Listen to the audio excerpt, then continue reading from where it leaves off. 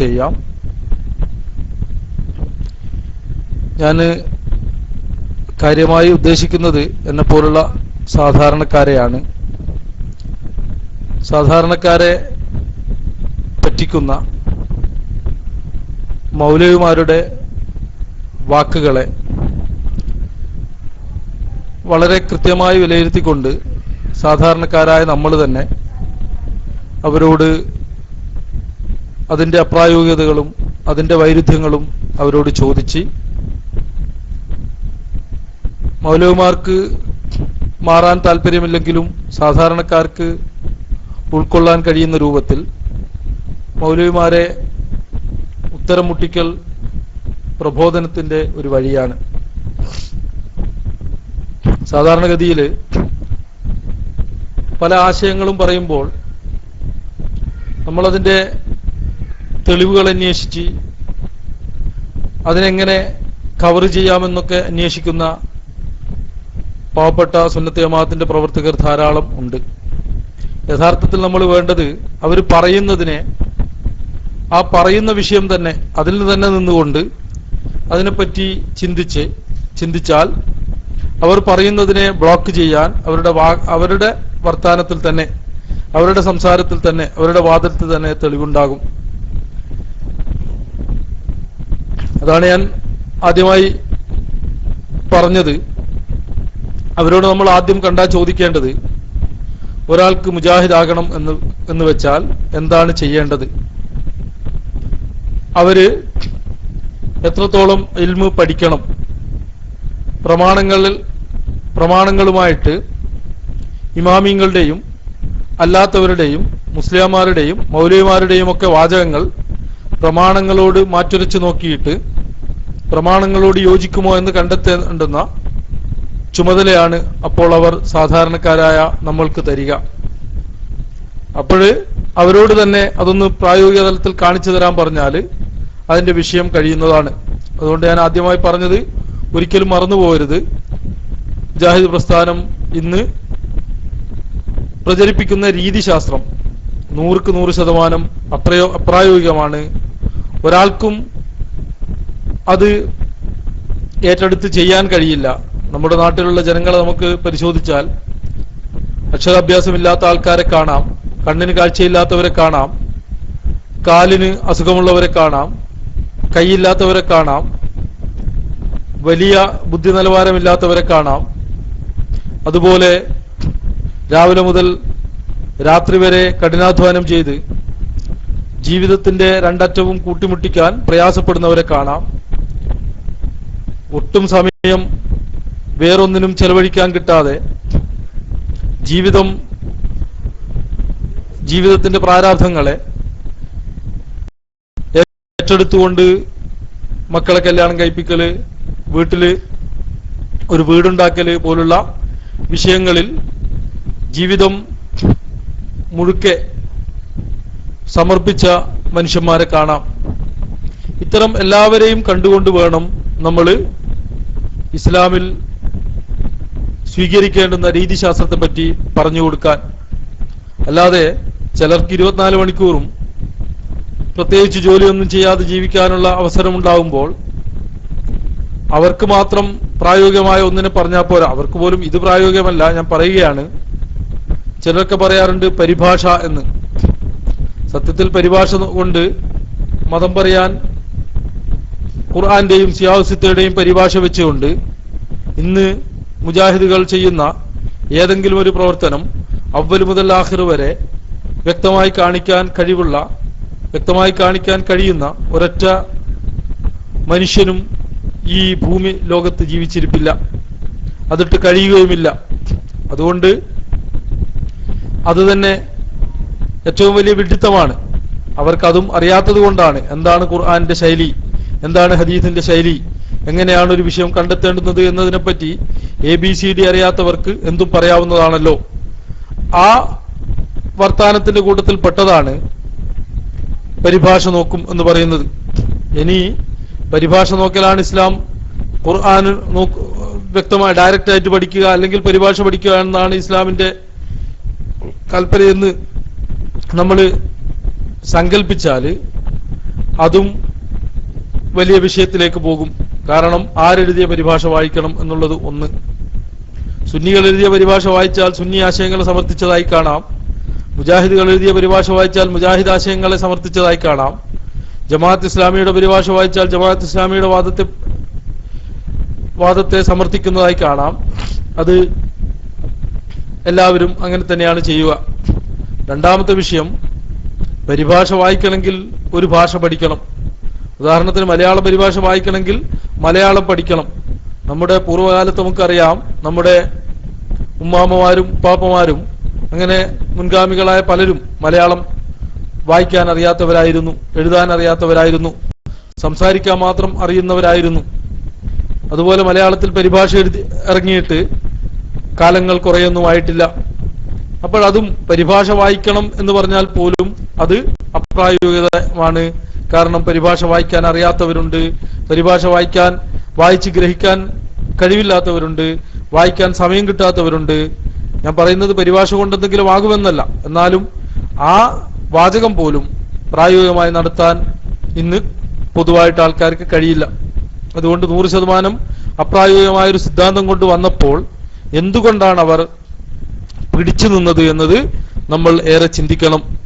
കാരണം ശരിക്ക് നമ്മൾ അങ്ങനെ ഒരു സംഭവം സംഭവിക്കൽ തന്നെ ബുദ്ധിപരമായി വളരെ വിദൂരത്തായൊരു കാര്യമാണ് സംഭവിച്ചത്. അത് നമ്മുടെ സമൂഹത്തിൽ ചിന്താശേഷിയില്ലാത്തവർ വർദ്ധിക്കുന്നുണ്ട് എന്നതിന്റെ അടയാളമാണെന്ന് പോലും മനസ്സിലാക്കി പോകുന്ന രൂപത്തിലാണ് ഒരാൾ മുജാഹിദ് പ്രസ്ഥാനത്തെ ബുദ്ധിപരമായി അവലോകനം ചെയ്താൽ മനസ്സിലാവുക. ഇപ്പൊ ഞാനൊന്ന് പറഞ്ഞത് അപ്രായോഗികമാണെന്നുള്ളതാണ്. രണ്ടാമത് ഞാൻ പറഞ്ഞത് വൈരുദ്ധ്യങ്ങളുടെ കലവറയാണ് എന്നുള്ളതാണ്.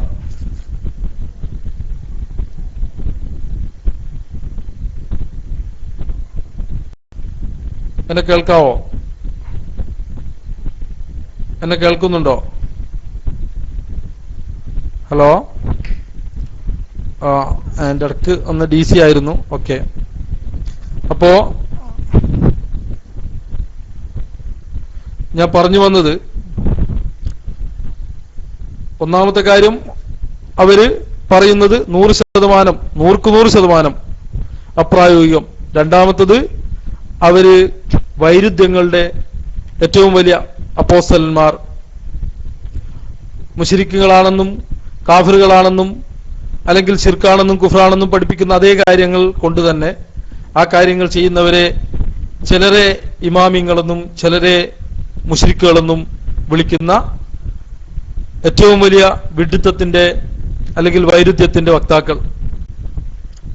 അതുപോലെ ഒരുപാട് വിഷയങ്ങൾ നമുക്ക് സംസാരിക്കാനുണ്ട്.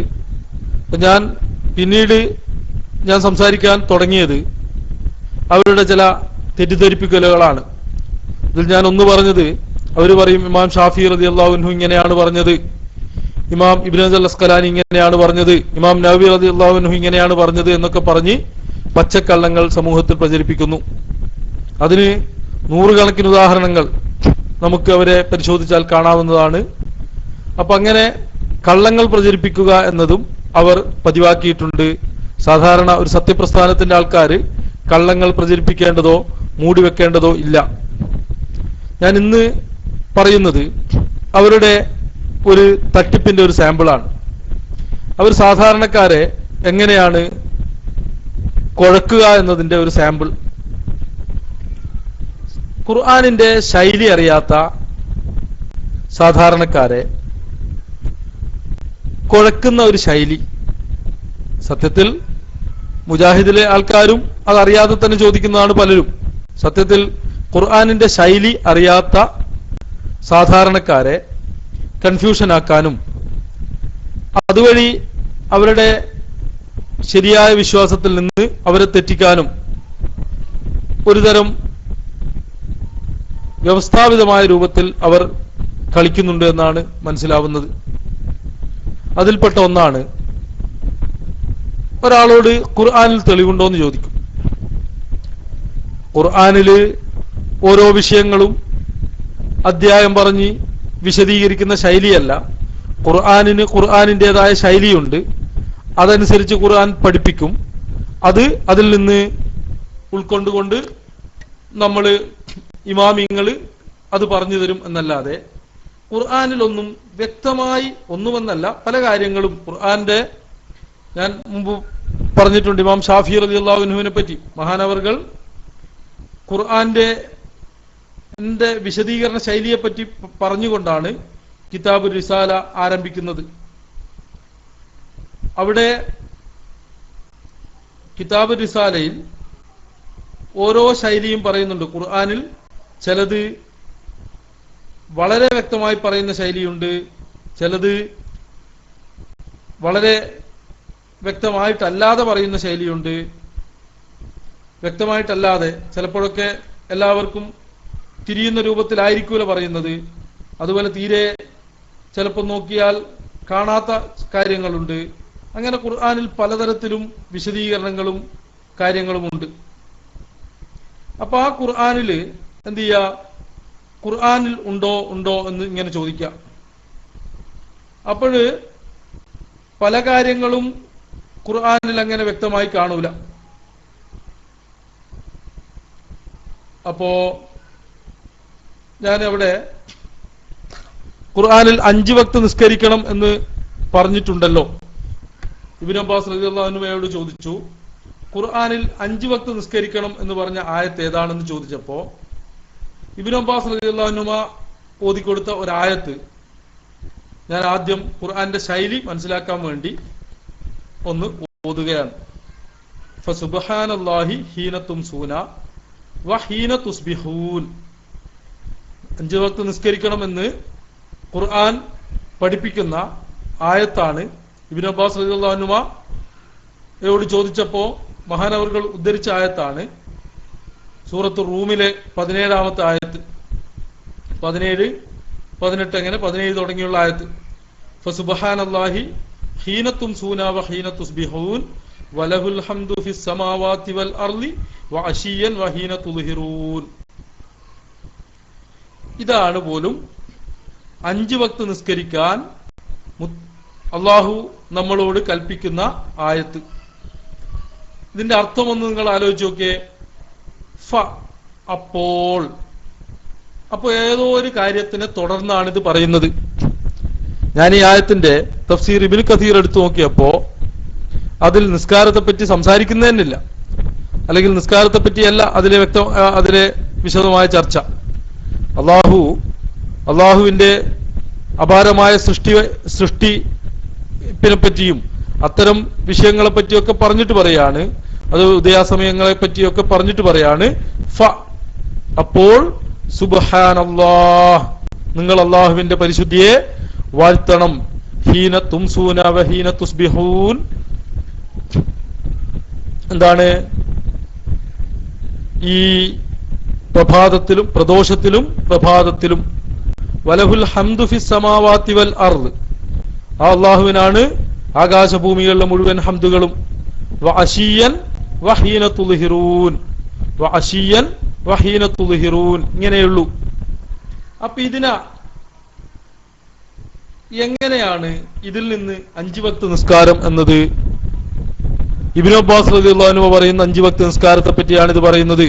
ലോകത്തെല്ലാ ഇമാമിങ്ങളും പറയുന്ന 5 വക്ത് നിസ്കരിക്കണമെന്നാണ്. സത്യത്തിൽ പരിഭാഷ നോക്കിയാൽ ഇതിൽ 5 വക്ത് നിസ്കാരം കാണൂല. അപ്പോൾ ഖുർആന്റെ ശൈലി പറയാൻ വേണ്ടി മാത്രമാണ് ഞാനിത് പറയുന്നത്.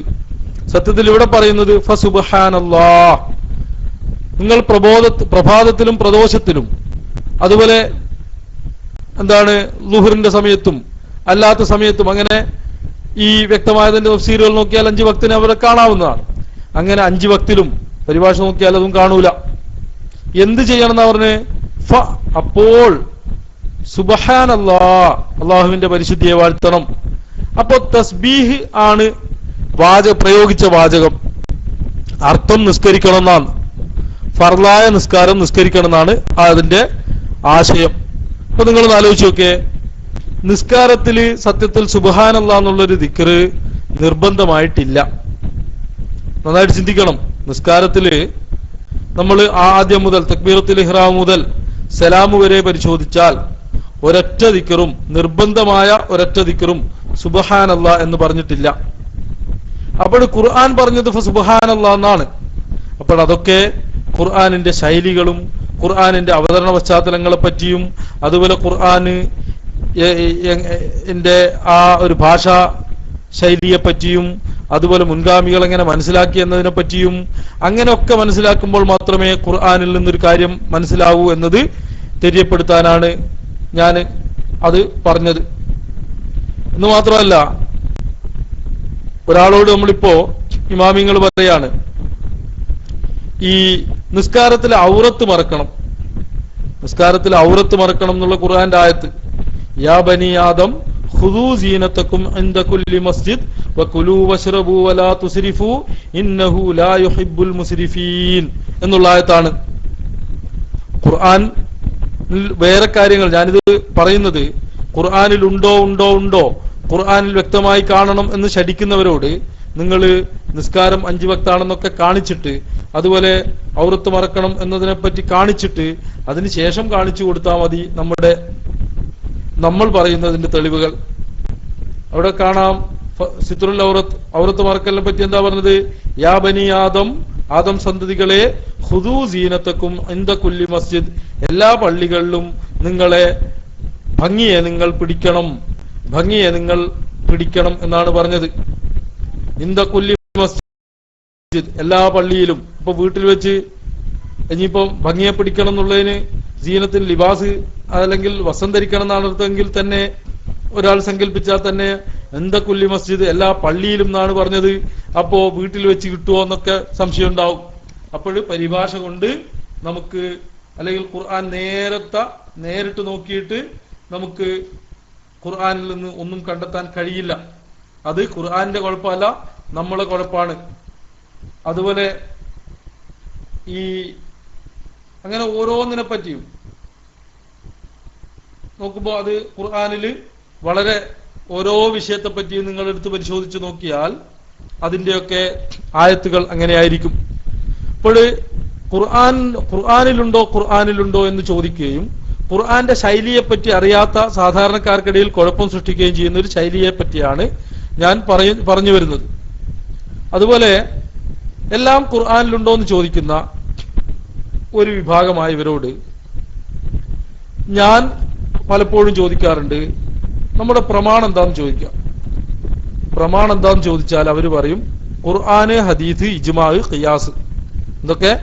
ഖുർആന്, ഹദീസ്, ഇജ്മാ, ഖിയാസ്. അപ്പൊ നമ്മൾ അവരോട് ചോദിക്കുക, ഇജ്മാവും ഖിയാസും ഇസ്ലാമിലെ പ്രമാണങ്ങളാണെന്ന് ഖുർആനിൽ കാണിച്ചു തരുമോ അല്ലെങ്കിൽ ഹദീസിൽ കാണിച്ചു തരുമോ? നേർക്കുനേരെ ഇജ്മാ പ്രമാണമാണെന്ന് ഖുർആനിൽ കാണിച്ചു തരണം അല്ലെങ്കിൽ ഹദീസിൽ കാണിച്ചു തരണം. അപ്പോ അങ്ങനെ നമ്മൾ ചോദിച്ചു നോക്കിയാൽ അവർക്ക് പിന്നെ മിണ്ടാട്ടുണ്ടാവില്ല. കാരണം ഇജ്മാ എന്നുള്ള പദം നമ്മൾ ഉപയോഗിക്കുന്ന അർത്ഥത്തിൽ ഖുർആനിലോ ഹദീസിലോ ഇല്ല. നന്നായിട്ട് മനസ്സിലാക്കണം. ഇജ്മാ എന്നുള്ള പദം നമ്മൾ ഉദ്ദേശിക്കുന്ന, നമ്മളിപ്പോ സാങ്കേതികമായി ഉപയോഗിക്കുന്ന അർത്ഥത്തിൽ ഖുർആനിലോ ഹദീസിലോ കാണൂല. അതുപോലെ ഖിയാസ് എന്നുള്ള പദം നമ്മൾ ഉദ്ദേശിക്കുന്ന അർത്ഥത്തിൽ ഖുർആനിലോ ഹദീസിലോ കാണൂല. പിന്നെ ഖുർആനും ഹദീസും എല്ലാറ്റിനും ചോദിക്കുന്നവർ ഖുർആനിലും ഹദീസിലും ഇജ്മാവും ഖിയാസും നമുക്ക് കാണിച്ചു തരണ്ടേ? കാരണം ബാക്കി എല്ലാറ്റിനെ പറ്റി ചോദിക്കുന്നതിനേക്കാളും പ്രസക്തമാണ് എല്ലാറ്റിന്റെയും അടിസ്ഥാനമായ ഇജ്മാ, ഖിയാസ് എന്നീ പ്രമാണങ്ങളെ പറ്റി. പ്രമാണങ്ങൾ എന്തൊക്കെയാണെന്നെങ്കിലും അവരുടെ ഭാഷയിൽ ഖുർആനിലുണ്ടോ എന്ന് ചോദിക്കുന്നവരോട് നമുക്ക് ചോദിച്ചുകൂടെ? അപ്പൊ ഇജ്മാ പ്രമാണമാണെന്ന് ഖുർആനിൽ നിന്ന് നേരിട്ട് ഇജ്മാ പ്രമാണമാണെന്ന് പറയുന്ന ആയത്തൊന്നുമില്ല. അതേ സ്ഥാനത്ത് ഖുർആനിൽ നിന്ന് ഇജ്മാ പ്രമാണമാണെന്ന് വ്യക്തമായി മനസ്സിലാക്കാൻ കഴിയുന്ന ആയത്തുകളുണ്ട്. ഇമാം ഷാഫി റളിയല്ലാഹു അൻഹുവിന്റെ ഒരു വലിയ സംഭവമുണ്ട്.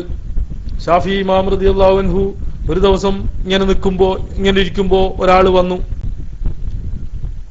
അദ്ദേഹം ഒരു യാത്ര കഴിഞ്ഞ് വന്നതാണെങ്കിലും അതിന്റെ അടയാളങ്ങളൊന്നുമില്ല. അങ്ങനെ അദ്ദേഹം ഷാഫി ഇമാം റളിയല്ലാഹു അൻഹുവിനോട് ചോദിച്ചു, പ്രമാണങ്ങൾ എന്തൊക്കെയാണെന്ന് പറഞ്ഞു. അപ്പോ ഖുർആന്, ഹദീസ്, ഇജ്മാ, ഖിയാസ് എന്നിങ്ങനെ പ്രമാണങ്ങൾ പറഞ്ഞപ്പോ ഷാഫി ഇമാം റളിയല്ലാഹു അൻഹുവിനോട് ചോദിച്ചു, ഇജ്മാ പ്രമാണമാണെന്നുള്ളതിന്റെ പ്രമാണം എന്ത്? പെട്ടെന്ന് ഷാഫി ഇമാം റളിയല്ലാഹു അൻഹു ആകെ ഒന്ന് പരിഭ്രാന്തനായി. കാരണം ദീനിന്റെ തെളിവിനെ പറ്റി ചോദിക്കുമ്പോൾ നമ്മളെപ്പോലെ വിവരമില്ലാത്തവർ എടുത്തു ചാടി പറയുന്നത് പോലെയല്ല മഹാന്മാർ. അത് നമ്മൾ പ്രത്യേകം ശ്രദ്ധിക്കണം. ഇമാം മാലിക് റളിയല്ലാഹു അൻഹുവിനോട് ഒരു സദസ്സിൽ വെച്ച് കുറേ മസ്അലകൾ ചോദിച്ചപ്പോ അതിൽ ഒന്നോ രണ്ടോ എണ്ണം മാത്രമേ മറുപടി പറഞ്ഞിട്ടുള്ളൂ. ബാക്കിയൊക്കെ പറഞ്ഞത് ലാ അദ്രി, എനിക്കറിയില്ല എന്നാണ്.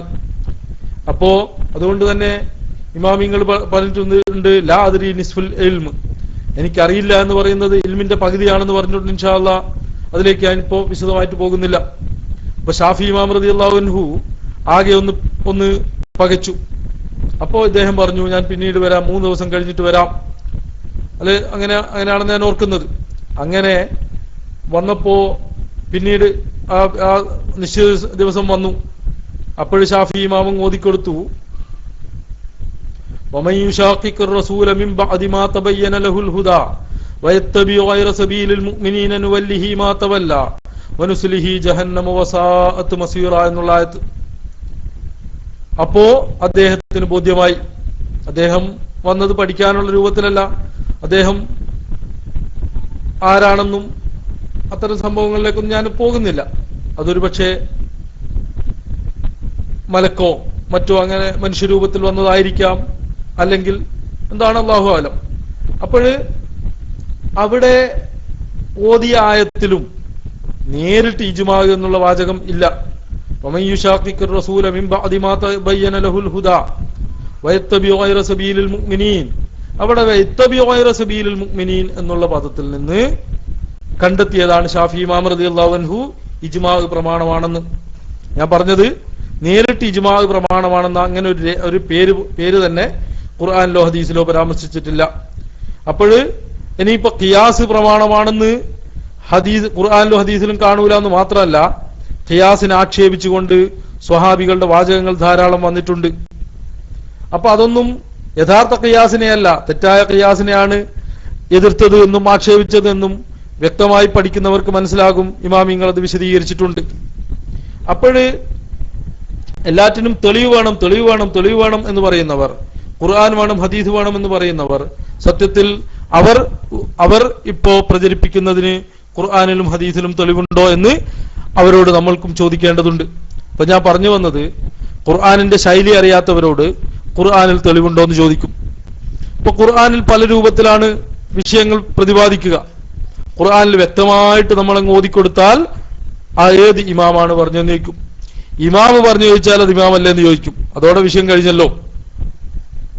നമ്മൾ വ്യക്തമായി ഖുർആനിൽ നിന്ന്, സത്യത്തിൽ നമ്മൾ ഖുർആനിൽ കണ്ടിട്ട് അതിൽ നിന്ന് വിഷയം കണ്ടെത്തിയവരല്ല. അതേ സ്ഥാനത്ത് നമ്മൾ ഇമാമിങ്ങൾ പഠിപ്പിച്ച വിഷയത്തിന് ഒരാവശ്യം വരുമ്പോൾ ഖുർആൻ തന്നെ വേണമെന്ന് പറയുന്നവരോട് അതിൽ ഈ ഒരു തെളിവ് ചൂണ്ടിക്കാണിച്ചു കൊടുക്കുക എന്നത് തഅയീദാണ്, ഇസ്തിദ്ലാലല്ല. ഇമാമിങ്ങൾ പഠിപ്പിച്ച് ലോകത്ത് സ്ഥിരപ്പെട്ട ഒരു നിയമത്തിന് അനുകൂലമായൊരു പ്രമാണം കാണിച്ചു കൊടുക്കലും പ്രമാണങ്ങളിൽ നിന്ന് വിഷയം കണ്ടെത്തുകയും രണ്ടാണ്. അപ്പൊ നമ്മൾ അനുകൂലമായൊരു ദലീൽ അവർക്ക് കാണിച്ചു കൊടുക്കും. കാരണം നമുക്കത് ആവശ്യമുണ്ടായിട്ടല്ല, പക്ഷെ അവരുടെ ഈ ചോദ്യം വലിയ ചോദ്യമാണെന്ന് അവർ ധരിക്കണ്ട എന്ന് കരുതി നമ്മൾ ഖുർആനിൽ നിന്ന് വ്യക്തമായത് കാണിച്ചു കൊടുക്കും. അപ്പോഴവർ ചോദിക്കും, ഏത് ഇമാമാണ് അത് വിശദീകരിച്ചു പറഞ്ഞത്, അതിന്റെ അവതരണ പശ്ചാത്തലം എന്താണ് എന്നൊക്കെ പറയും. അതാണ് ഇന്നത്തെ എന്റെ വിഷയം. അവതരണ പശ്ചാത്തലം എന്താണെന്ന് ചോദിച്ചിട്ട് അവര് അതിനെ കൺഫ്യൂഷൻ ആക്കും. സത്യത്തിൽ അവരുദ്ധരിക്കുന്ന ആയത്തുകൾക്കൊന്നും അവതരണ പശ്ചാത്തലം ഫിറ്റാവണമെന്നും ഇല്ല. ഈ അവതരണ പശ്ചാത്തലം എന്താണെന്ന് ചോദിക്കുമ്പോൾ സാധാരണക്കാർ വിചാരിക്കും, ഓ അവതരണ പശ്ചാത്തലം ഏതൊരു വിഷയത്തിലോ അവതരിച്ചോ ആ വിഷയത്തിൽ മാത്രമാണ് ഇതിന്റെ നിയമം ബാധകമാകുക എന്ന് ജനങ്ങൾ തെറ്റിദ്ധരിക്കും. അതുകൊണ്ട് അവതരണ പശ്ചാത്തലം ചോദിക്കുന്ന അവരോട് ആ വിഷയത്തെപ്പറ്റി ഞാൻ പ്രിയപ്പെട്ട സുന്നി പ്രവർത്തകരോട് ഞാൻ പറയുകയാണ്, നമ്മൾ ഒന്നുകിൽ അവരോട് ചർച്ചയ്ക്ക് നിൽക്കുമ്പോൾ അവരുടെ അടിസ്ഥാനം എന്താണെന്ന് ചോദിക്കണം. അവരിങ്ങനെ മട്ടൽ ചവിട്ടിയ പോലെ ഒരു തലമ ചവിട്ടുമ്പോൾ മറ്റേ തല പൊന്തും, മറ്റേ തല ചവിട്ടുമ്പോൾ ഈ തല പൊന്തും എന്ന് പറഞ്ഞ പോലെ കളിക്കുന്നത് കൊണ്ടാണ് അവര് നിലനിന്ന് പോകുന്നത്. ഒരിക്കലും ഉറച്ചു നിൽക്കാതെ കളിക്കുക. ഞാൻ മുമ്പൊരു നോവലിൽ വായിച്ചിരുന്നു, we can cut an oak tree by a sword blow. ഒരു വാള് ഒന്നാഞ്ഞു വീശിയാൽ വേണമെങ്കിൽ ഒരു ഓക്ക് ട്രീ അഥവാ തേക്ക് മരം തന്നെ മുറിഞ്ഞു വീഴും. പക്ഷേ you cannot cut a silky scarf floating in the air. ഈ എയറിൽ ഇങ്ങനെ ഫ്ലോട്ട് ചെയ്ത് കളിക്കുന്ന അഥവാ എയറിൽ വായുവിൽ ഇങ്ങനെ പറന്ന് കളിക്കുന്ന ഒരു സിൽക്കിന്റെ സ്കാർഫ് തട്ടം ഒരു വാള് കൊണ്ട് വെട്ടിയാൽ മുറിയൂല. അത് ആ ഒരു തിയറി പഠിച്ചത് കൊണ്ടാണ് ഇവര് ഉറച്ചു നിന്നാൽ വെട്ടിൽ മുറിയും. അതുകൊണ്ട് അവരിങ്ങനെ സിൽക്കി സ്കാർഫിന്റെ ശൈലി ഇങ്ങനെ ആടി ഒലഞ്ഞു കളിക്കും. വെട്ടിയാല് മുറിയാതിരിക്കാൻ വേണ്ടിയിട്ട് അവരിങ്ങനെ ഒന്നില് ഉറച്ചു നിൽക്കാതെ ഇങ്ങനെ അങ്ങോട്ടും ഇങ്ങോട്ടും ആടിക്കളിക്കും. അപ്പൊ നമ്മൾ അവരുടെ അടിസ്ഥാനം എന്താണെന്ന് ചോദിച്ചിട്ടല്ലാതെ അവരോട് നമ്മളൊന്നും ചർച്ച ചെയ്തിട്ട് കാര്യമില്ല. അപ്പൊ ഞാൻ പറയുന്നത്, അവരോട് ആദ്യം എനിക്കുണ്ടായ ഒരു അനുഭവം ഞാൻ പറയാം. ഒരു മൗലവി എന്നോട് ഇങ്ങനെ എപ്പോഴും ഇമാമിങ്ങളെ ചേർത്ത് പറയുന്നു എന്നതാണ് എന്റെ പേരിൽ മൗലവിക്കുള്ള ആരോപണം. ഇപ്പൊ മൗലവി എന്നോട് പറഞ്ഞു, നിങ്ങള് സംഭവമൊക്കെ ഓക്കെ, പക്ഷെ നിങ്ങൾ എന്ത് പറഞ്ഞാലും ഇമാം എന്ന് പറയും, ഖുർആന് ഹദീസ് എന്ന് പറയൂല എന്നാണ് എന്റെ പേരിൽ അയാളെ ചാർജ് ഷീറ്റ്.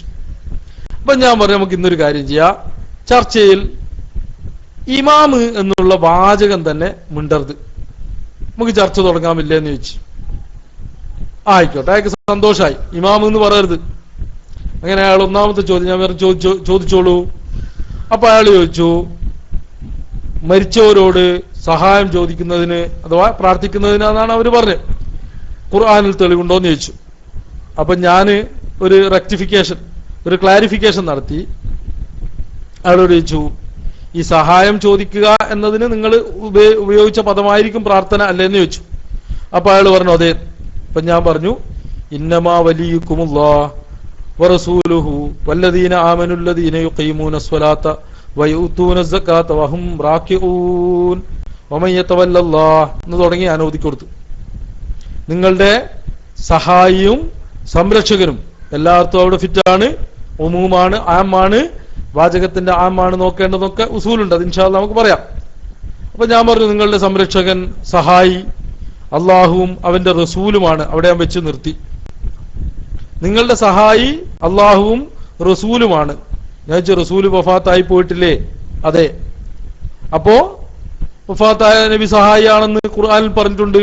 എന്നിട്ട് ഉടനെ പറയാണെന്ത്, വമൻ യതവല്ലല്ലാഹ്, വല്ലവരും അള്ളാഹുവിനെ സഹായിയാക്കിയാൽ വറസൂലുഹു, അവന്റെ പ്രവാചകനെയും റസൂലിനെയും സഹായിയാക്കിയാൽ അവര് അള്ളാഹുവിന്റെ പാർട്ടിയാണ്, അള്ളാഹുവിന്റെ പാർട്ടികൾ വിജയിച്ചവരാണ് എന്ന് പറഞ്ഞു.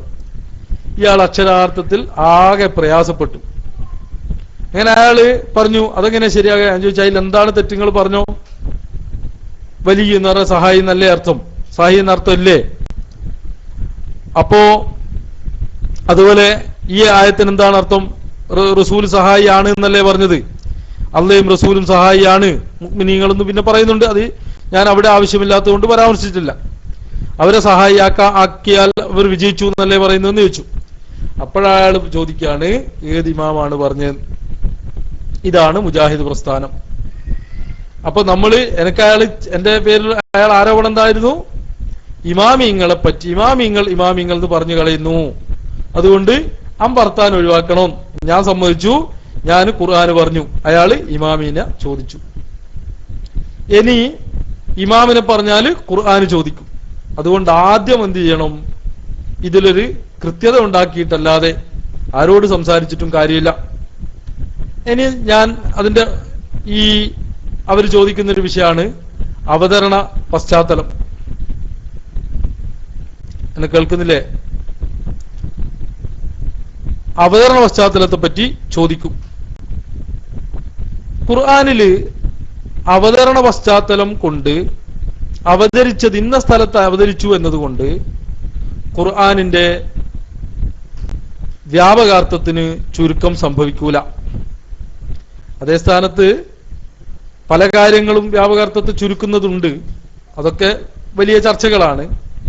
അവതരണ പശ്ചാത്തലം ചോദിക്കുന്നത് കൊണ്ടോ ഇന്നതാണ് അവതരണ പശ്ചാത്തലം എന്നതുകൊണ്ടോ ഒരിക്കലും നമ്മുടെ വിഷയത്തിന് തെളിവാകുക എന്നതിൽ നിന്ന് അതിനെ തടയാൻ കഴിയില്ല. അപ്പൊ ഞാന് ഒരിക്കലൊരു പള്ളിയിൽ വെച്ച് റമദാനിൽ സുന്നത്തെ ജമാഅത്തിന്റെ ഒരു ഇന്ററാക്റ്റീവ് അഥവാ അങ്ങോട്ടും ഇങ്ങോട്ടും ചർച്ച അഥവാ എന്തും ചോദിക്കാമെന്നുള്ള ശൈലിയിൽ ഒരു ക്ലാസ് നടത്തിയിരുന്നു. അപ്പോൾ ഈ ക്ലാസ് കഴിഞ്ഞപ്പോൾ ഒരാൾ എന്നോട് ചോദിച്ചു, ഖുർആനിൽ അഥവാ ഈ വിഷയം ഈ വഫാത്തായ മഹാന്മാരോട് സഹായം ചോദിക്കുന്നതിന് ഖുർആനിൽ തെളിവുണ്ടോ എന്ന് ചോദിച്ചു. അപ്പൊ ഞാൻ പറഞ്ഞു, ഖുർആനിൽ എല്ലാ വിഷയവും ഉണ്ട്, പക്ഷെ ഖുർആന്റെ ശൈലിക്ക് അനുസരിച്ചാണ് ഉണ്ടാവുക. ഞാൻ ആദ്യം ഒരു ആമുഖം പറഞ്ഞിട്ട് തെളിവ് പറയാന്ന് പറഞ്ഞു. അപ്പോഴ് പിടിവാശിക്കാരനോ ദുർവാശിക്കാരനോ അല്ലാത്തത് കൊണ്ട് അദ്ദേഹം സമ്മതിച്ചു. അപ്പൊ ഞാൻ പറഞ്ഞു, സ്വഹീൽ ബുഖാരിയുള്ള ഒരു സംഭവം, മുത്തനബി ഒരു സ്വഹാബി നിസ്കരിക്കുകയാണ്. മുത്തനബി സല്ലല്ലാഹു അലൈഹി വസല്ലം തങ്ങള് അദ്ദേഹത്തെ വിളിച്ചു. അദ്ദേഹം നിസ്കാരത്തിലായതുകൊണ്ട് പെട്ടെന്ന് ഉത്തരം ചെയ്തില്ല. നിസ്കാരം വളരെ പെട്ടെന്ന് നിസ്കരിച്ചു കഴിഞ്ഞു.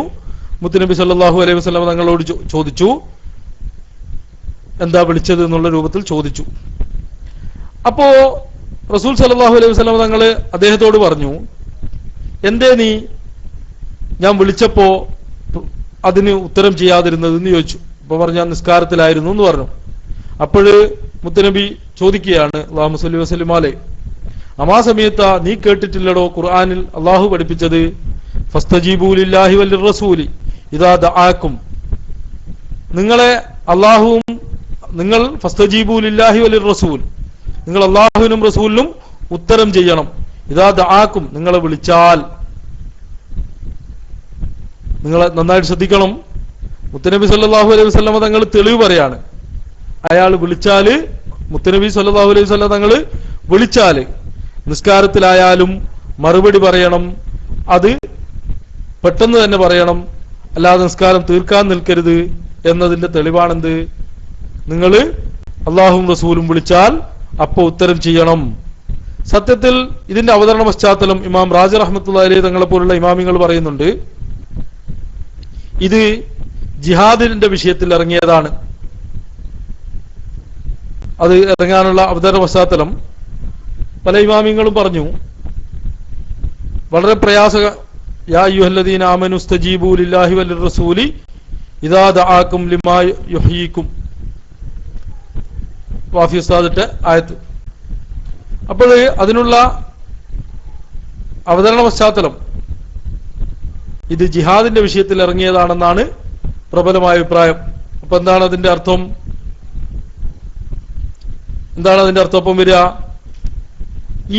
അതിന്റെ പശ്ചാത്തലം നോക്കുമ്പോൾ എന്താ വിഷയം എന്നറിയോ? ഒരുപാട് ആൾക്കാര്, ഒരുപാട് സ്വഹാബികൾ യുദ്ധത്തിന്റെ പേമാരിയായിരുന്ന ഒരു കാലഘട്ടത്തിലൂടെ കടന്നു പോകുമ്പോൾ പലരും വല്ലാതെ പ്രയാസപ്പെടുകയും ചിലരൊക്കെ തഖല്ലുഫാകാൻ തുടങ്ങി, പിന്തി നിൽക്കാൻ, അവർക്ക് വയ്യാത്ത കാരണം കൊണ്ടും നമ്മളെ പോലെയല്ല ചില കാരണങ്ങളാൽ പിന്തി നിൽക്കാൻ തുടങ്ങിയപ്പോൾ അവിടെയാണ് പറയുന്നത്, യാ അയ്യുഹല്ലദീന ആമനൂ ഇസ്തജീബൂ ലില്ലാഹി വലിർ റസൂലി ഇദാ ദആക്കും, നിങ്ങളെ യുദ്ധത്തിലേക്ക് വിളിച്ചാൽ, ജിഹാദിലേക്ക് വിളിച്ചാൽ നിങ്ങൾ ഒഴിവ് കഴിവ് പറഞ്ഞു നിൽക്കരുത്, ഉത്തരം ചെയ്യണം, അതിലേക്ക് പോകണം എന്നാണ് അതിന്റെ പശ്ചാത്തല പ്രകാരമുള്ള അർത്ഥം. പക്ഷേ മുത്തുനബി സല്ലല്ലാഹു അലൈഹി വസല്ലം തങ്ങൾ ആ ആയത്ത് എന്തിനാണ് തെളിവുദ്ധരിച്ചത്? നിസ്കാരത്തില് വിളിച്ചാലും ഉത്തരം ചെയ്യണം. അവിടെ നിന്നാണ് നമുക്ക് മനസ്സിലാവുന്നത് ഇമാമിങ്ങൾ ഒന്നടങ്കം പറഞ്ഞ ഒരു നിയമമുണ്ട്. എന്താണ് നിയമം? ഖുർആനിന്റെ ആയത്തുകൾക്ക് അവതരണ പശ്ചാത്തലം കൊണ്ട് ആയത്തിന്റെ അർത്ഥവ്യാപ്തി ചുരുങ്ങൂല.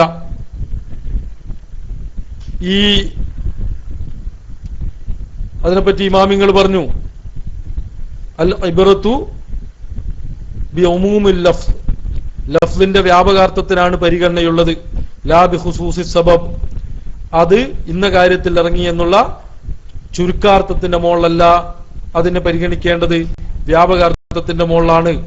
അപ്പൊ വ്യാപകാർത്ഥം പരിഗണിക്കുമ്പോ ഇസ്തജീബൂ ലില്ലാഹി വലിർ റസൂൽ, അള്ളാഹുവിനും റസൂലിനും നിങ്ങൾ ഉത്തരം ചെയ്യണം. ഇദാ ദആക്കും, നിങ്ങളെ വിളിച്ചാൽ. അതിന്റെ വ്യാപകാർത്ഥമാണ് എപ്പോ വിളിച്ചാൽ ഉത്തരം ചെയ്യണം. അതുകൊണ്ട് തന്നെ നിസ്കാരത്തിലായിരിക്കുമ്പോഴും മുത്തുനബി സല്ലല്ലാഹു അലൈഹി വസല്ലം തങ്ങൾ വിളിച്ചാൽ ഉത്തരം ചെയ്യൽ അനിവാര്യമാണ്, നിർബന്ധമാണെന്ന് ഈ ആയത്തിൽ നിന്ന് തന്നെ കിട്ടുന്നത്. വേറൊരു ഉദാഹരണം ഞാൻ പറയാം. അതെ, ആ ഹദീസത വാഫി ഉസ്താദ് ഇട്ടിട്ടുണ്ട്. അപ്പോ വേറൊരു ഉദാഹരണം ഞാൻ പറയാം. അതാ ഞാൻ പറയുന്നത് ചർച്ച, ഞാൻ പറയുന്ന അടിസ്ഥാനം നിങ്ങൾ പഠിച്ചു വെക്കണം. സാധാരണക്കാരോടാണ് എൻ്റെ സംസാരം, അല്ലാതെ ഉസ്താദുമാരോട് പഠിച്ചു വെക്കാനല്ല പറയുന്നത്. അവർക്ക് ഇതൊക്കെ അറിയാവുന്നതാണ്. സാധാരണക്കാരായ ആൾക്കാർ ഇതൊക്കെ പഠിക്കൽ അനിവാര്യമായ ഒരു കാലഘട്ടത്തിലൂടെ കടന്നു പോകുന്നതുകൊണ്ടാണ് ഇത് ചർച്ചയാക്കുന്നത്. അപ്പൊ ഇനി നമുക്ക് ഇമാം ഷാഫി റളിയല്ലാഹു അൻഹുവിന്റെ ഒരു സംഭവം ഇമാം ഖുർത്തുബി റളിയല്ലാഹു അൻഹു തഫ്സീറിലും മറ്റു പല ഇമാമിയങ്ങളും വിശദീകരിക്കുന്നുണ്ട്. ഷാഫി ഇമാം റളിയല്ലാഹു അൻഹു ഒരു ദിവസം പറഞ്ഞു,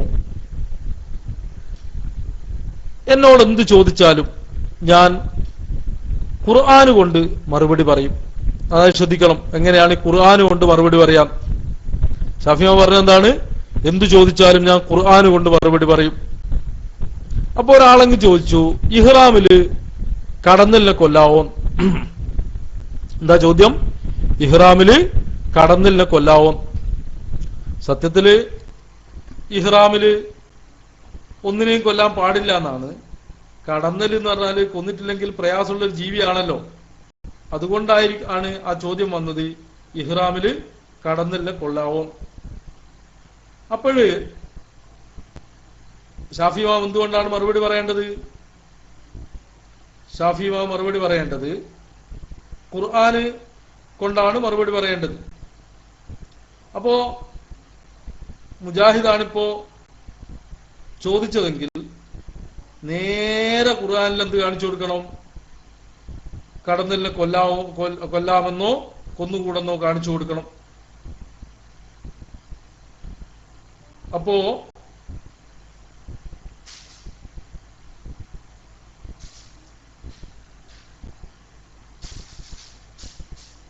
ഷാഫി ഇമാം പറഞ്ഞത്, ഖുർത്തുബി ഇമാം വിശദീകരിക്കുന്ന തഫ്സീറിൽ പറയാണ്, ഇങ്ങനെയാണ് പറയുന്നത്. ഫിർയാബി ഇമാം ഉദ്ധരിക്കുകയാണ്, സമീഅത്തു ഷാഫി യഖൂൽ, ഷാഫി ഇമാം പറയുന്നത് ഞാൻ കേട്ടു, സലൂനി അമ്മാ ശിഅ്തും ഉഖ്ബിറുക്കും മിൻ കിതാബില്ലാഹി തആല വസുന്നത്തി നബിയിക്കും സല്ലല്ലാഹു അലൈഹി വസല്ലം. നിങ്ങൾക്ക് ആ ഖുർആൻ കൊണ്ടും സുന്നത്ത് കൊണ്ടും മറുപടി പറയുന്നു പറഞ്ഞു. അപ്പോ ആണ് ചോദിക്കുന്നത്, ഈ ഇഹ്റാമില് കടന്നലിനെ കൊല്ലാവോ? അപ്പൊ ഷാഫി ഇമാം പറയാണ്, ബിസ്മില്ലാഹിർ റഹ്മാനിർ റഹീം, ഖാലല്ലാഹു തആല വമാ ആതാകുമുർ റസൂലു ഫഖുദൂഹു വമാ നഹാകും അൻഹു ഫന്തഹു. എന്താണ്? വമാ ആതാകുമുർ റസൂലു ഫഖുദൂഹു വമാ നഹാകും അൻഹു ഫന്തഹു.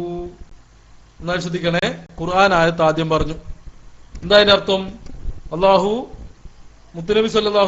പറയാണ്, മുത്തുനബി സല്ലല്ലാഹു അലൈഹി വസല്ലം തങ്ങള് നിങ്ങൾക്ക് തന്നതിനെ അല്ലെങ്കിൽ കൊണ്ടുവന്നതിനെ, നിങ്ങളിലേക്ക് എത്തിച്ചതിനെ നിങ്ങൾ പിടിച്ചോളുക, നിങ്ങളെ തൊട്ട് തടഞ്ഞതിനെ നിങ്ങൾ ഉപേക്ഷിച്ചോളുക എന്നാണ് ആയത്ത്.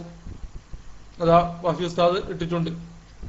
ശരിക്ക് ഈ ആയത്തിന്റെ അവതരണ പശ്ചാത്തലം നോക്കുമ്പോ ഇത് ഷാഫി ഇമാം റളിയല്ലാഹു അൻഹു അവിടെ പറഞ്ഞത് ഹദീസ് തെളിവാണ്, മുത്തുനബി സല്ലല്ലാഹു അലൈഹി വസല്ലം തങ്ങൾ പറഞ്ഞാൽ അത് ദീനിൽ തെളിവാണ് എന്നതിന്റെ പ്രമാണമാണ് പറഞ്ഞത്. സത്യത്തിൽ അത് അവതരണ പശ്ചാത്തലം ആലോചിച്ചാൽ നിങ്ങൾ ഈ മുജാഹിദുകൾ പറയുന്നതിന്റെ പൊള്ളത്തരം നിങ്ങൾക്ക് മനസ്സിലാവും. ഇത് സത്യത്തിൽ ഒരു ബനൂ നദീറ ഗോത്രക്കാര് നാട് വിട്ടുപോയപ്പോ ഉപേക്ഷിച്ച ഫൈ സ്വത്ത് എന്ന് പറയും. ആ ഫൈ സ്വത്ത് ഓഹരി വെക്കുന്നതുമായിട്ട് ബന്ധപ്പെട്ട് ഇറങ്ങിയ ഒരായത്താണ്. ഫൈ സ്വത്ത് ഓഹരി വെച്ചപ്പോ മുത്തുനബി സല്ലല്ലാഹു അലൈഹി വസല്ലം തങ്ങള് ഓരോരുത്തർക്കും തങ്ങൾക്ക് അറിയാമല്ലോ ആർക്ക് എങ്ങനെ എത്ര കൊടുക്കണമെന്ന്, അതിനനുസരിച്ച് കൊടുത്തപ്പോ ചില മുനാഫിക്കീങ്ങള് ഫിത്നയുണ്ടാക്കി. അവര് പറഞ്ഞു ഈ റസൂൽ സല്ലല്ലാഹു അലൈഹി വസല്ലം തങ്ങളുടെ കിസ്മത്ത് ഓഹരി ചെയ്യൽ ശരിയായിട്ടില്ല എന്നൊക്കെ പറഞ്ഞ് ഫിത്ന ഉണ്ടാക്കിയപ്പോ ചില പാവങ്ങളായ ആൾക്കാര് അതിലേക്ക് ചെവി കൊടുത്തു പോകുമെന്ന ഘട്ടമെത്തിയപ്പോൾ ഇറങ്ങിയ ആയത്താണ് ഈ ആയത്ത്. എന്താണ് പറഞ്ഞത്? അതിൽ ശരിക്ക് പറയുന്നത് വമാ ആതാകുമുർ റസൂലു ഫഖുദൂഹു വമാ നഹാകും അൻഹു ഫന്തഹു എന്ന് പറയുന്നത് ഫൈദ് സ്വത്തിനെ പറ്റിയാണ്. നിങ്ങൾക്ക് അള്ളാഹുവിന്റെ റസൂൽ സല്ലല്ലാഹു അലൈഹി വസല്ലം എന്ത് തന്നോ അത് നിങ്ങൾ സ്വീകരിച്ചോളുക. ഏതിൽ നിന്ന് ആയത്തിന്റെ പശ്ചാത്തലത്തിൽ ചേർത്ത് വായിക്കുമ്പോൾ അതിന്റെ അർത്ഥം എന്താണ്? നിങ്ങൾക്ക് സ്വത്തിൽ നിന്ന് എന്ത് തന്നോ അത് സ്വീകരിച്ചോളണം എന്നാണ്. എന്നാൽ അതുപോലെ നിങ്ങൾക്ക് ആർക്ക് തന്നില്ലേ അതിൽ നിങ്ങൾ പൊരുത്തപ്പെട്ടോളണം, പിന്നെ പൊറുതികേട് കാണിക്കാൻ പാടില്ല എന്നാണ് അതിന്റെ അവതരണ പശ്ചാത്തല പ്രകാരമുള്ള അർത്ഥം. ഇവിടെ ഷാഫി ഇമാം റളിയല്ലാഹു അൻഹു ഇതിനെ വ്യാപകാർത്ഥത്തിലാണ് ഉദ്ദേശിച്ചത്. ഷാഫി ഇമാം എന്തിനാണ് തെളിവ് പറഞ്ഞത്? ഹദീസ് തെളിവാണ്. മുത്തുനബി സല്ലല്ലാഹു അലൈഹി വസല്ലം എന്തു പറഞ്ഞാലും അത് തെളിവാണ്. ആയത്തിലുള്ള എന്താണ്? ഒരു പ്രത്യേക പശ്ചാത്തലത്തിൽ ഇറങ്ങിയതാണ്. എന്നിട്ട് ഷാഫി ഇമാം റളിയല്ലാഹു അൻഹു എന്നിട്ട് ഹദീസ് പറയാണ്, ഹദ്ദസനാ സുഫിയാൻ ഇബ്നു ഉയൈന അൻ അബ്ദുൽ മലിക് ഇബ്നു ഉമർ അങ്ങനെ പരമ്പര പറഞ്ഞുകൊണ്ട് ഈ ഹദീസ് പറയാണ്, ഖാല റസൂലുള്ളാഹി സ്വല്ലല്ലാഹു അലൈഹി വസല്ലം, റസൂൽ സല്ലല്ലാഹു അലൈഹി വസല്ലം ഇഖ്തദൂ ബില്ലദൈനി മിൻ ബഅദി അബൂബക്കർ വ ഉമർ, എനിക്ക് ശേഷം അബൂബക്കറിനെയും ഉമറിനെയും റളിയല്ലാഹു അൻഹും അജ്മഈൻ അവരെ നിങ്ങൾ മുറുകെ പിടിക്കണം. എന്നിട്ട് പരമ്പര ഉദ്ധരിച്ചുകൊണ്ട് പറയാണ്, അൻ ഉമർ ബിൻ ഖത്താബ് റളിയല്ലാഹു അൻഹു, ഉമർ റളിയല്ലാഹു അൻഹുവിൽ നിന്ന് പരമ്പര ഉദ്ധരിച്ചുകൊണ്ട് പറയാണ്, അന്നഹു അമറ ബിഖത്ൽ സുംബൂർ, ഈ കടന്നലിനെ എന്താണ്? കടന്നലിനെ കൊല്ലാൻ, ഇഹ്റാമിലായിരിക്കുന്നവരോട് കടന്നലിനെ കൊല്ലാൻ കൽപ്പിച്ചിട്ടുണ്ട്. എന്നിട്ട് ഇമാം ഖുർത്തുബി റളിയല്ലാഹു അൻഹു തുടരുകയാണ്, ഖാല ഉലമാഉന, നമ്മൾ ഉലമാ പറഞ്ഞു, വഹാദാ ജവാബു ഫീ നിഹായത്തുൽ ഹുസ്ൻ, ഇത് വളരെ അങ്ങേയറ്റം നല്ലൊരു മറുപടിയാണ്. അപ്പോ എന്താണ്? കണ്ടില്ലേ, ഇത് അങ്ങേയറ്റം നല്ലൊരു മറുപടിയാണ് എന്ന ഉലമാവ് പറഞ്ഞത്. നമ്മളിപ്പോ ഒരു വഹാബി നമ്മളോട് ചോദിച്ചു, ഒരു വിഷയം ചോദിച്ചു. ഉദാഹരണത്തിന് നമ്മളോട് ചോദിക്കുകയാണ്, മുത്തുനബി സല്ലല്ലാഹു അലൈഹി വസല്ലം തങ്ങൾ, ഒരു മുത്തുനബി എന്നൊന്നും പറയൂലട്ടോ ഞാൻ പറയുന്ന, ഓട് വഫാത്തിന് ശേഷം കാര്യങ്ങൾ ആവശ്യപ്പെടണം എന്നതിന്റെ ആവശ്യപ്പെടല് പറ്റും അല്ലെങ്കിൽ നല്ലതാണ് എന്നതിന് തെളിവെന്താണ്? അപ്പൊ നമ്മൾ ഓതി എന്ന് വെച്ചു, ഖുർആൻ ഓതി, ഖുർആനിൽ എന്താ തെളിവെന്ന് ചോദിച്ചപ്പോ നമ്മൾ ഓതി, ഫസ്അലു അഹ്ല ദിക്രി ഇൻ കുൻതും ലാ തഅലമൂൻ, ഖാല അല്ലാഹു തആല, അല്ലാഹു പറഞ്ഞു, ഫസ്അലു അഹ്ല ദിക്രി ഇൻ കുൻതും ലാ തഅലമൂൻ, വിവരമില്ലാത്തവർ വിവരമുള്ളവരോട് ചോദിക്കണം. എന്നിട്ട് പറയാണ്, ഖാല നവവി ഫീ ശറഹുൽ മുഹദ്ദബ്, നവവി ശറഹുൽ മുഹദ്ദബ് പറഞ്ഞു, നിങ്ങൾ റൗദ ശരീഫിൽ പോയാൽ വമിൻ അഹ്സനി മാ യഖൂലു എന്നും പറഞ്ഞിട്ട് മുത്തുനബി സല്ലല്ലാഹു അലൈഹി വസല്ലം തങ്ങളോട് ശുപാർശ തേടാൻ ആവശ്യപ്പെട്ടു. നവവി ഇമാം അഹ്ലു ദിക്റിൽപ്പെട്ട ആളാണ്, ഇമാമിങ്ങളിൽപ്പെട്ട ആളാണ് എന്ന് പറഞ്ഞാൽ ഇതാരെങ്കിലും സ്വീകരിക്കുമോ ഇപ്പോഴത്തെ കാലത്ത്? ഇതാണ് വ്യത്യാസം. ഷാഫി ഇമാം റളിയല്ലാഹു അൻഹു പറഞ്ഞത് എന്താണ്? അതെ, അവിടെയും ഫസ്അലു അഹ്ല ദിക്രി ഇൻ കുൻതും ലാ തഅലമൂൻ, ഇൻഷാ അല്ലാഹ് ഞാൻ അതിലേക്കും വരുന്നുണ്ട്. അവിടെയും വലിയൊരു ചർച്ചയുണ്ട്. അപ്പൊ ഫസ്അലു അഹ്ല ദിക്രി ഇൻ കുൻതും ലാ തഅലമൂൻ എന്ന് ഖുർആൻ പറഞ്ഞിട്ടുണ്ട്. അപ്പൊ നമ്മൾ ഒരു വിഷയത്തിൽ വിവരമില്ലാതായപ്പോ, അല്ലെങ്കിൽ നമ്മളെക്കാൾ വിവരമുള്ള ഇമാമിങ്ങളിലേക്ക് ആ വിഷയം തിരിച്ചു. അതിന് ആയത്ത് രേഖയാണല്ലോ. അപ്പോൾ ഖുർആൻ കൊണ്ട് മറുപടി പറഞ്ഞു നമ്മൾ. ശരിക്കും ഷാഫി ഇമാം റളിയല്ലാഹു അൻഹു ഖുർആനും ഹദീസും കൊണ്ട് മറുപടി പറയും എന്ന് പറഞ്ഞിട്ട് ഉമർ ബിൻ ഖത്താബ് റളിയല്ലാഹു അൻഹുവിന്റെ ഖൗല് കൊണ്ടാണ് മറുപടി പറഞ്ഞത്. സത്യത്തിൽ ഖുർആൻ എന്ന് പറഞ്ഞതിൽ ഉമർ റളിയല്ലാഹു അൻഹുവിന്റെ ഖൗല് പെടൂല, ഹദീസ് എന്ന് പറഞ്ഞതിലും ഖുർആൻ മുത്തുനബി ഈ ഉമർ ബിൻ ഖത്താബ് റളിയല്ലാഹു അൻഹുവിന്റെ ഖൗല് പെടൂല. പിന്നെ അതെങ്ങനെ തെളിവായത്? ഉമർ റളിയല്ലാഹു അൻഹുവിനെ സ്വീകരിക്കാൻ, ഈ മുത്തുനബി സല്ലല്ലാഹു അലൈഹി വസല്ലം തങ്ങളെ സ്വീകരിക്കാൻ അള്ളാഹു പറഞ്ഞു. അതുപോലെ ഈ ഉമർ റളിയല്ലാഹു അൻഹു, അബൂബക്കർ സിദ്ദീഖ് റളിയല്ലാഹു അൻഹു ഇവരെ മുറുകെ പിടിക്കാൻ വേണ്ടി മുത്തുനബി സല്ലല്ലാഹു അലൈഹി വസല്ലം തങ്ങൾ പറഞ്ഞു. അങ്ങനെയാണ് തെളിവ് പറയുന്ന ശൈലി. എന്തായാലും അവിടെ പറഞ്ഞ ആയത്തും അവതരണ പശ്ചാത്തലം നോക്കുമ്പോ ഇപ്പൊ എന്തായിരുന്നു ആയത്ത്? ഞാൻ ആദ്യം പറഞ്ഞ ആയത്ത് വമാ ആതാകുമുർ റസൂലു ഫഖുദു വമാ നഹാകും അൻഹു ഫന്തഹു. ഈ ആയത്തും അവതരണ പശ്ചാത്തലം നോക്കുമ്പോൾ എന്തിലേക്ക് ചേരൂല? ഈ വ്യാപകാർത്ഥത്തിലേക്ക് ചേരൂല. ഇനി ഞാൻ അതിന് വേറൊരു ഉദാഹരണം കൂടി പറയാണ്. ഈ ആയത്ത് തന്നെ ഇപ്പൊ വാഫി ഉസ്താദ് ഇട്ട ആയത്തുണ്ടല്ലോ, വമാ അർസൽനാ മിൻ ഖബ്ലിക ഇല്ലാ റിജാലൻ നൂഹി ഇലൈഹിം ഫസ്അലു അഹ്ല ദിക്രി ഇൻ കുൻതും ലാ തഅലമൂൻ. എന്താ അവിടെ പറയുന്നത്? നന്നായിട്ട് നമ്മൾ പഠിക്കണം, ശ്രദ്ധിക്കണം. ഇമാം ബൈഹഖി റളിയല്ലാഹു അൻഹു അവിടുത്തെ കിതാബുൽ മദ്ഖൽ ഇലാ സുനനുൽ കുബ്ര എന്ന കിതാബില് ഒരു അധ്യായം കൊടുത്തു. ബാബു ദമ്മു തഖ്ലീദ്, തഖ്ലീദിനെ എന്താണ് ഈ മോശമാക്കി പറയുന്ന അഥവാ തഖ്ലീദ് പാടില്ല എന്ന് പറയുന്ന അധ്യായം. അത് കിട്ടിയാൽ മുജാഹിദുകൾക്ക് വളരെ കോളായി. കണ്ടില്ലേ, നിങ്ങളെ ബൈഹഖി പറയുന്നു തഖ്ലീദ് പാടില്ല. അവര് അതിന്റെ അപ്പുറത്തെ അധ്യായം നോക്കൂല. ആരെങ്കിലും പറഞ്ഞു കൊടുത്താൽ അതും കൊണ്ട് നമ്മളെ പുറകെ ചാടും. അതിന്റെ അടുത്ത അധ്യായം സാധാരണക്കാര് തഖ്ലീദ് ചെയ്യൽ വുജൂബാണെന്ന് പറയുന്ന അധ്യായം. ഇമാം ബൈഹഖി ആരാ? ഹിജ്റ 456 വഫാത്തായ മഹാപണ്ഡിതൻ. ഇമാം ബൈഹഖി റളിയല്ലാഹു അൻഹു ലക്ഷക്കണക്കായ ഹദീസ് മനപ്പാഠം പഠിച്ച പണ്ഡിതൻ. നമ്മള് സുന്നിയും മുജാഹിദും ജമാഅത്തും തബ്ലീഗും ഒക്കെ ഹദീസ് ഉദ്ധരിക്കുമ്പോൾ അതിന്റെ ബ്രാക്കറ്റിൽ കാണാം ബൈഹഖി. അതുപോലെ ഏതൊരു വിഷയം ചർച്ച ചെയ്യുമ്പോഴും ഹദീസിന്റെ ശറഹുകൾ ചർച്ച ചെയ്യുമ്പോഴും ഖാലൽ ബൈഹഖി എന്ന് ഫതുൽ ബാരിയിൽ കാണാം, ശറഹ് മുസ്ലിമിൽ കാണാം, ശറഹ് ഇബ്നു ബത്താലിൽ കാണാം. അതുപോലെ ഏതൊരു പണ്ഡിതന്മാര് ചർച്ച ചെയ്യുമ്പോഴും ഉദ്ധരിക്കുന്ന മഹാൻ. അതുപോലെ ലോകപ്രശസ്ത മുഹദ്ദിസായ ഏറ്റവും വലിയ ഹദീസ് പണ്ഡിതനായ ഈ ബുഖാരി ഇമാമിന് ശേഷം അമീറുൽ മുഅ്മിനീന ഫിൽ ഹദീസ് എന്ന ഖ്യാതി നേടിയ ഇബ്നു ഹജർ അസ്ഖലാനി റഹ്മത്തുള്ളാഹി അലൈഹി തങ്ങളെ പല പണ്ഡിതന്മാരും വിശേഷിപ്പിച്ചത് ബൈഹഖി ഥാനി എന്നാണ്. നന്നായിട്ട് മനസ്സിലാക്കണം. ബൈഹഖി ഥാനി, ബൈഹഖി രണ്ടാമൻ.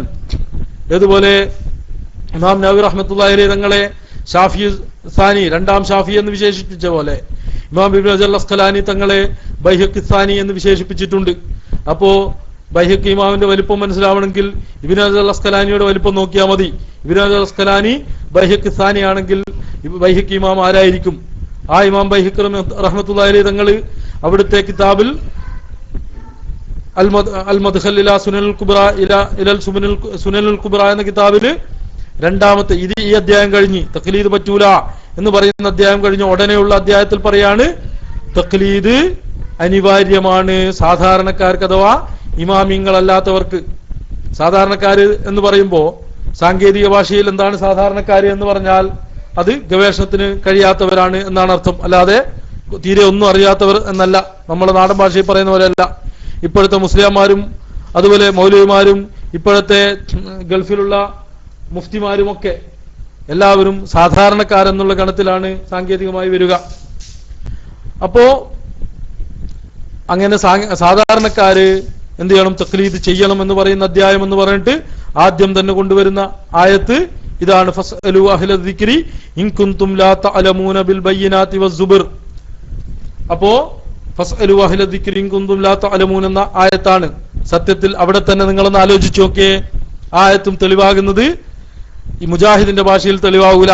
കാരണം അത് അവതരിച്ച പശ്ചാത്തലവും ആയത്തിന്റെ മുമ്പും പിമ്പുവക്കങ്ങളും ആലോചിച്ച് നോക്കിയേ. എന്താണ് അവിടെ പറയുന്നത്? ഒന്നും കൂടി ആ ആയത്ത് ബേസ് ചെയ്താൽ മനസ്സിലാവുമായിരുന്നു. എന്താണ് പറയുന്നത് വാഫി ഉസ്താദ്? ഒന്നും കൂടി ആയത്തൊന്ന് ബേസ് ചെയ്ത് തന്നാല്. അതിന്റെ ആദ്യം പറയുന്നത്, ആദ്യം തന്നെ പറയുന്നത് എന്താണ്? വമാ അർസൽനാ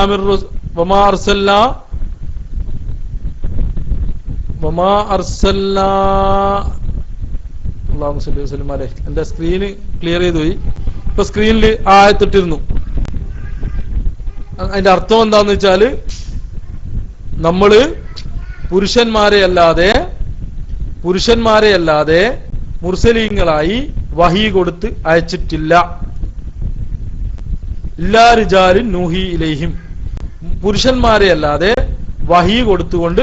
അതാ വമാ അർസൽനാ മിൻ ഖബ്ലിക, ഓ നബിയെ നമ്മൾ അയച്ചിട്ടില്ല, മിൻ ഖബ്ലിക അവിടത്തേക്ക് മുമ്പ്, ഇല്ലാ റിജാലൻ പുരുഷന്മാരെ അല്ലാതെ, നൂഹി ഇലൈഹിം അവരിലേക്ക് വഹി കൊടുക്കപ്പെട്ടവരായി പ്രവാചകന്മാരായി മുർസലീങ്ങളായി അയച്ചിട്ടില്ല. ഫഅലൂ അതുകൊണ്ട് നിങ്ങൾ ചോദിച്ചോളൂ, അഹ്ല ദിക്രി വിവരമുള്ളവരോട് അല്ലെങ്കിൽ ഈ വേദക്കാരോട് ചോദിക്കൂ, ഇൻകുന്തും ലാ തഅലമൂൻ, അത് നിങ്ങൾക്ക് അറിയില്ലെങ്കിൽ ആ വിഷയം നിങ്ങൾ ചോദിക്കൂ എന്നാണ് സത്യത്തിൽ അവതരണ പശ്ചാത്തല പ്രകാരം അതിന്റെ അർത്ഥം. ഏത് വിഷയം? ഏത് വിഷയ ചോദിക്കേണ്ടത്? ഇങ്ങനെ ഈ പുരുഷന്മാരെ അല്ലാതെ നിനക്ക് ഈ മുത്തുനബി സല്ലല്ലാഹു അലൈഹി വസല്ലം തങ്ങൾക്ക് മുമ്പ് ദൂതന്മാരെ അഥവാ സ്ത്രീകളെ, പെണ്ണുങ്ങളെ പ്രവാചകന്മാരെ അയച്ചിട്ടുണ്ടോ എന്നുള്ള വിഷയം.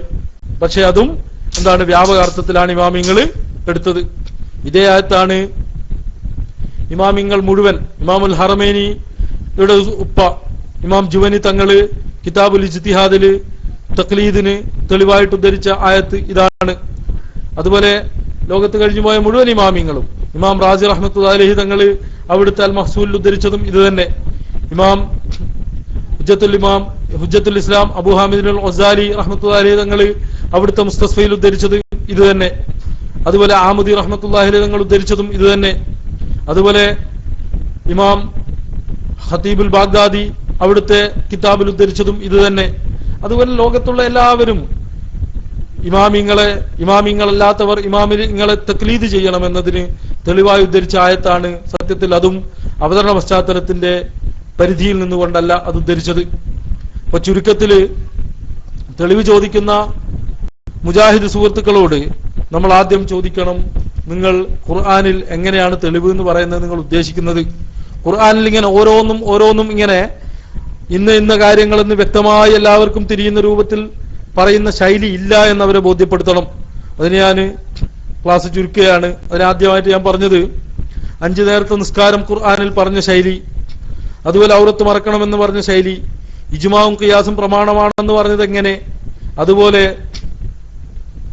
ഖുർആനിന്റെയും ഹദീസിന്റെയും ശൈലി, അല്ലെങ്കിൽ ഖുർആനിന്റെ ശൈലിയെ പറ്റിയാണ് ഞാൻ പറഞ്ഞത്. അപ്പൊ ഖുർആൻ കൊണ്ട് തെളിവ് അറിയാന്ന് പറഞ്ഞാൽ നേരിട്ട് ഖുർആനിൽ നിന്ന് നേരെ ഇവർ ചോദിക്കുന്നതിന് നേരെ ഉള്ള ആയത്തങ്ങ് കിട്ടും എന്നാണ് പലരും ധരിച്ചത്. ഷാഫി ഇമാം റളിയല്ലാഹു അൻഹുവിനോട് കടന്നലിനെ കൊല്ലാൻ പറ്റുമോ എന്ന് തെളിവ് ചോദിച്ചപ്പോ ഖുർആനിൽ നിന്നും ഹദീസിൽ നിന്നും പറയാമെന്ന് പറയുന്ന ഷാഫി ഇമാം റളിയല്ലാഹു അൻഹു കണക്ട് ചെയ്ത് അവസാനം പറയുന്നത് ഉമർ ഇബ്നുൽ ഖത്താബ് റളിയല്ലാഹു അൻഹുവിന്റെ സംഭവമാണ്. പക്ഷേ അത് ഖുർആനിലൂടെ മറുപടി പറയലാണ്, ഹദീസിലൂടെ മറുപടി പറയലാണ് എന്നാണ് യാഥാർത്ഥ്യം. അതുകൊണ്ട് ഷാഫി ഇമാം റളിയല്ലാഹു അൻഹു പറഞ്ഞത് ഇമാമിങ്ങൾ ഉദ്ധരിച്ചിട്ടുണ്ട്. ഇമാം സുയൂത്ത് റളിയല്ലാഹു അൻഹു അവിടുത്തെ അൽഹാവിൽ ഫതാവയിൽ പറഞ്ഞിട്ടുണ്ട്. അതുപോലെ ഒരുപാട് ഇമാമിങ്ങൾ ഉദ്ധരിച്ചിട്ടുണ്ട്. ഈ ഹദീസ് എന്ന് പറഞ്ഞാൽ ഖുർആന്റെ വിശദീകരണമാണ്. അയിമത്തിന്റെ വാചകങ്ങൾ ഹദീസിന്റെ വിശദീകരണങ്ങളാണ്. അപ്പൊ അയിമത്തിന്റെ വാചകങ്ങൾ ഉദ്ധരിക്കുമ്പോൾ തന്നെ സത്യത്തിൽ നമ്മൾ ഖുർആൻ അനുസരിച്ച് വിധി പറഞ്ഞവരായി. കാരണം അയിമത്തിന്റെ വാചകം, അയിമത്ത് ഉലുൽ ഇൽമ് എന്ന് പറഞ്ഞാൽ അതൊരു വലിയ വിഷയം തന്നെയാണ്. ഇൻഷാ അല്ലാഹ് ആ ഉലുൽ ഇൽമ് എന്താണെന്ന് ഇൻഷാ അല്ലാഹ് നമുക്കൊരു ക്ലാസ് എടുക്കണം. അപ്പൊ ഉലുൽ ഇൽമ് എന്ന് പറഞ്ഞാൽ ചില്ലറക്കാരല്ല, അവരെ അള്ളാഹു സാക്ഷിയാക്കിയാണ്. ഈ ഉലുൽ ഇൽമിനെ സാക്ഷിയാക്കിക്കൊണ്ട് അള്ളാഹു ഖുർആനിൽ തന്നെ പറഞ്ഞിട്ടുണ്ട്. അപ്പൊ ഉലുൽ ഇൽമ് ഇൽമുടവർ ചെറിയവരല്ല. അപ്പോൾ അങ്ങനെ ഇൽമുള്ളവർ പറഞ്ഞത് സ്വീകരിക്കുക എന്നത് ഇൽമില്ലാത്തവർക്ക് അനിവാര്യമാണ്. അതേ സ്ഥാനത്ത് ഇൽമുള്ളവർ തമ്മിൽ പരസ്പരം തഖ്ലീദ് ചെയ്ത് ഈ ഇൽമു സജീവമാക്കാതെ വെറും തഖ്ലീദിന്റെ വക്താക്കളാകരുത് എന്നത് വേറൊരു വിഷയമാണ്. ഇൽമില്ലാത്തവരെ സംബന്ധിച്ചിടത്തോളം അവർക്ക് ഇൽമുള്ളവരെ സ്വീകരിക്കൽ അനിവാര്യമാണ്, നിർബന്ധമാണ്. അല്ലാതെ നമുക്ക് മുസ്ലിമായി ജീവിക്കാൻ കഴിയില്ല. അപ്പോ അവസാനം ഞാൻ പറഞ്ഞത്, നമ്മൾ അവതരണ പശ്ചാത്തലം കൊണ്ടല്ല ആയത്തിൽ നിന്നും തെളിവ് നമ്മൾ നിശ്ചയിക്കുന്നത്, അല്ലെങ്കിൽ ആയത്തിൽ നിന്ന് അത് തെളിവാകുമോ എന്ന് തീരുമാനിക്കുന്നത്. അതിന്റെ വാചകത്തിന്റെ ഉമൂമാണ് പരിഗണന, അതിന്റെ വ്യാപകാർത്ഥമാണ് പരിഗണന. എന്ന് വെച്ച് എല്ലാ സ്ഥലത്തും അങ്ങനെയാണെന്നൊന്നല്ല, അതൊക്കെ ഇമാമിങ്ങൾക്ക് മാത്രം അറിയുന്ന കാര്യമാണ്. പക്ഷേ ആ ഇമാമിങ്ങൾ കൈകാര്യം ചെയ്യേണ്ട വിഷയമാണ് തെളിവുകൾ നോക്കൽ. പക്ഷേ മുജാഹിദുകളിൽ ഖുർആനിൽ തെളിവുണ്ടോ എന്ന് ചോദിച്ചാൽ, ഖുർആന്റെ ശൈലി അംഗീകരിച്ചാൽ നമുക്ക് എല്ലാ വിഷയത്തിനും ഖുർആനിൽ തെളിവുണ്ട്. ഞാൻ പറഞ്ഞല്ലോ, ഖുർആനിൽ തെളിവില്ലാത്ത ഒരൊറ്റ വിഷയവും അവർക്ക് ഉന്നയിക്കാൻ കഴിയില്ല. പക്ഷേ അവര് ഖുർആൻ നമ്മൾ ഉദ്ധരിക്കുമ്പോ പിന്നെ ഇമാമിങ്ങളെ ചോദിക്കും, ഇമാമിങ്ങളെ പറയുമ്പോൾ ഖുർആൻ ചോദിക്കും. അങ്ങനെ അവരെ നമ്മൾ ജസ്റ്റ് ലൈക്ക് സിൽക്കി സ്കാർഫ്, നേരത്തെ പറഞ്ഞില്ലേ, ഒരു ഒഴുകുന്ന ഈ കാറ്റിലാടുന്ന ഒരു സിൽക്കിന്റെ സ്കാർഫ്